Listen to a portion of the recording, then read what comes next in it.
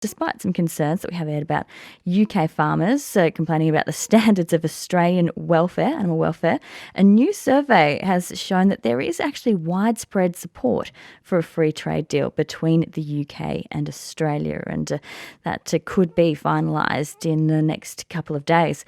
Now, the survey done by the free market think tank, the Adam Smith Institute, has found that 2/3 of Brits would support a free trade deal with Australia, even if it meant increased competition for British farmers and that some might go out of business. Head of Research at CT Group and a fellow with the Adam Smith Institute, Dr. Michael Turner, he's here to explain some more of the findings. Good afternoon. Good afternoon. Just so people know where you're coming from, what is the Adam Smith Institute and CT Group? Yeah, so I'm obviously head of research for the research and strategy business CT Group based in Australia, and I'm also a fellow of the Adam Smith Institute. So the Adam Smith Institute is a free market think tank, and that's based in the UK, in London. So coming at this from a rather pro-free trade point of view, you surveyed Australians and Brits on how they would feel about a UK free trade deal. What are some of the biggest takeaways you've got? Clearly the biggest takeaway is just the sheer level of support for free trade and for getting this deal done, both in the UK and in Australia. So more than 2/3 of Brits and Aussies support this deal, and the UK is number one on the list as a priority to do more trade with for Australians, and Australia is number one on the list as a priority to do more trade with for Brits. Drilling down into some of those numbers, though, we have heard in recent weeks that there has been a bit of nervousness from the UK livestock producers, in particular sheep and cattle producers, about Australian meat, beef and lamb being imported into the country. When you look at perhaps more commodity-specific numbers, what sort of support is there in the UK for Australian produce going into the country? So very strong levels of support for Australian wine, Australian lamb, beef. The majority of Brits say that they would like to be able to buy and purchase that more often and see it more often in British supermarkets.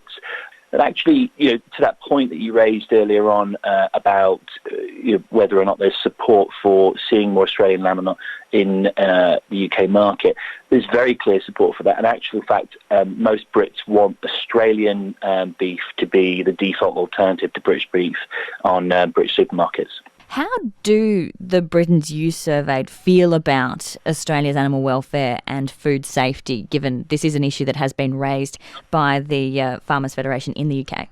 At the heart of these findings is an interesting trend, which is that the more that British voters feel standards are high, the more they want to trade with that country.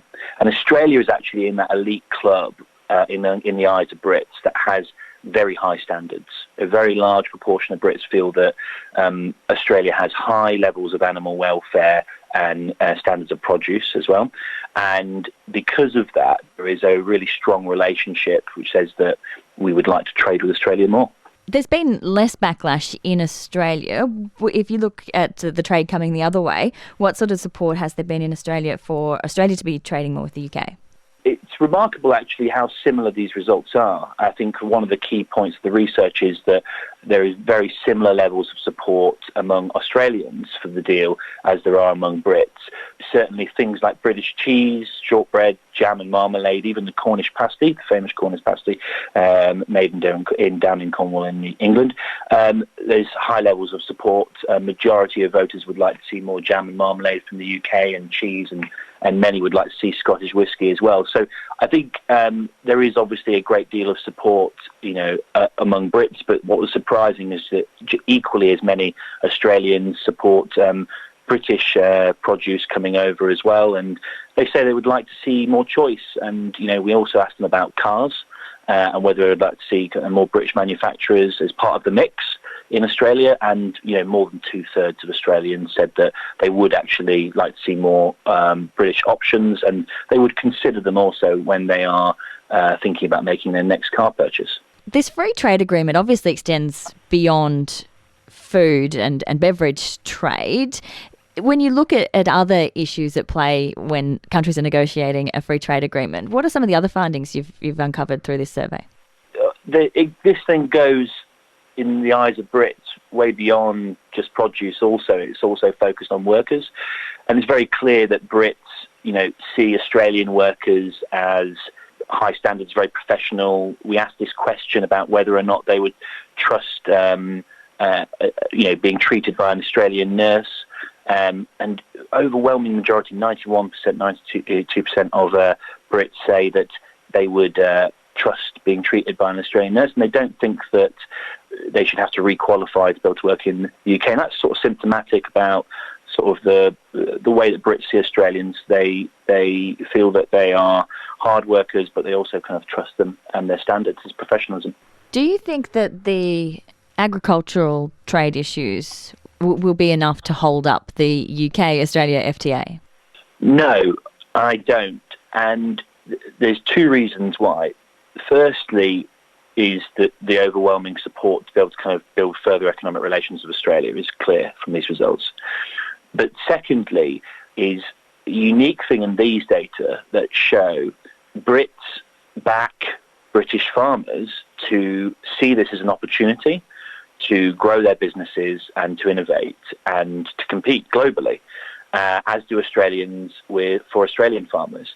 And so, while there may be a few voices that suggest that are cautious about this deal, it's actually British consumers who fully back their own farmers to seize the opportunity that this deal puts in front of them.